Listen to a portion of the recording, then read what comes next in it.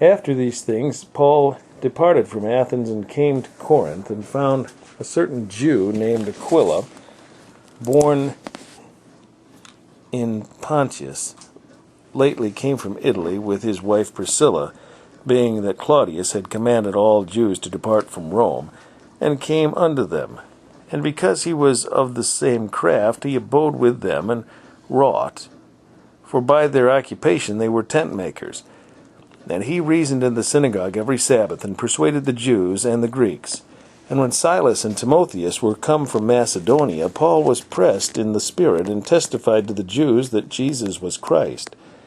And when they opposed themselves and blasphemed, he shook his raiment, and said unto them, Your blood be upon your own heads. I am clean, from henceforth I will go unto the Gentiles.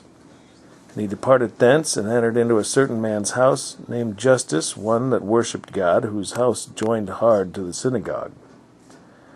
And Crispus, the chief ruler of the synagogue, believed on the Lord with all his house, and many of the Corinthians, hearing, believed, and were baptized. Then spake the Lord to Paul in the night by a vision, Be not afraid, but speak, and hold not thy peace, for I am with thee, and no man shall set on thee to hurt thee, for I have much people in this city. He continued there a year and 6 months, teaching the word of God among them. And when Gallio was the deputy of Achaia, the Jews made insurrection with one accord against Paul, and brought him to the judgment seat, saying, This fellow persuadeth men to worship God contrary to the law.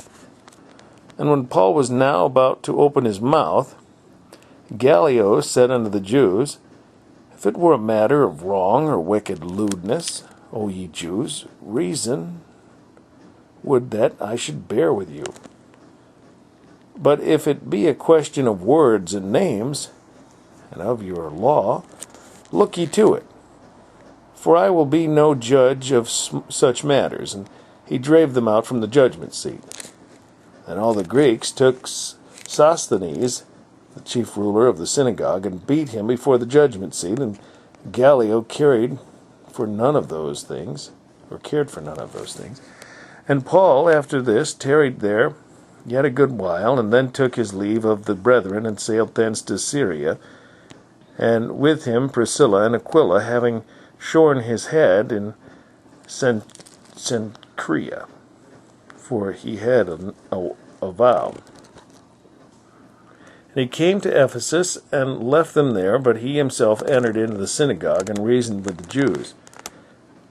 Then they desired him to tarry longer time with them. He consented not, but bade them farewell, saying, I must by all means keep this feast that cometh in Jerusalem, but I will return again unto you, if God will. And he sailed from Ephesus. And when he had landed at Caesarea, and gone up, and saluted the church, he went down to Antioch. And after he had spent some time there, he departed, and went over all the country of Galatia and Phrygia in order, strengthening all the disciples. Look at all the churches that we're going to get books of pretty soon. Ephesus, Galatia, Corinthians. And a certain Jew named Apollos, born at Alexandria, an eloquent man and mighty in the Scriptures, came to Ephesus. This man was instructed in the way of the Lord, and being fervent in the Spirit, he spake and taught diligently the things of the Lord, knowing only the baptism of John. And he began to speak boldly in the synagogue, whom when Aquila and Priscilla had heard, they took him unto them, and expounded unto him the way of God more perfectly. And when he was disposed to pass into Achaia, the brethren wrote, exhorting the disciples to receive him, who, when he was come, helped them much with much which had been believed through grace, for he mightily convinced the Jews, and that publicly, showing by the Scriptures that Jesus was Christ.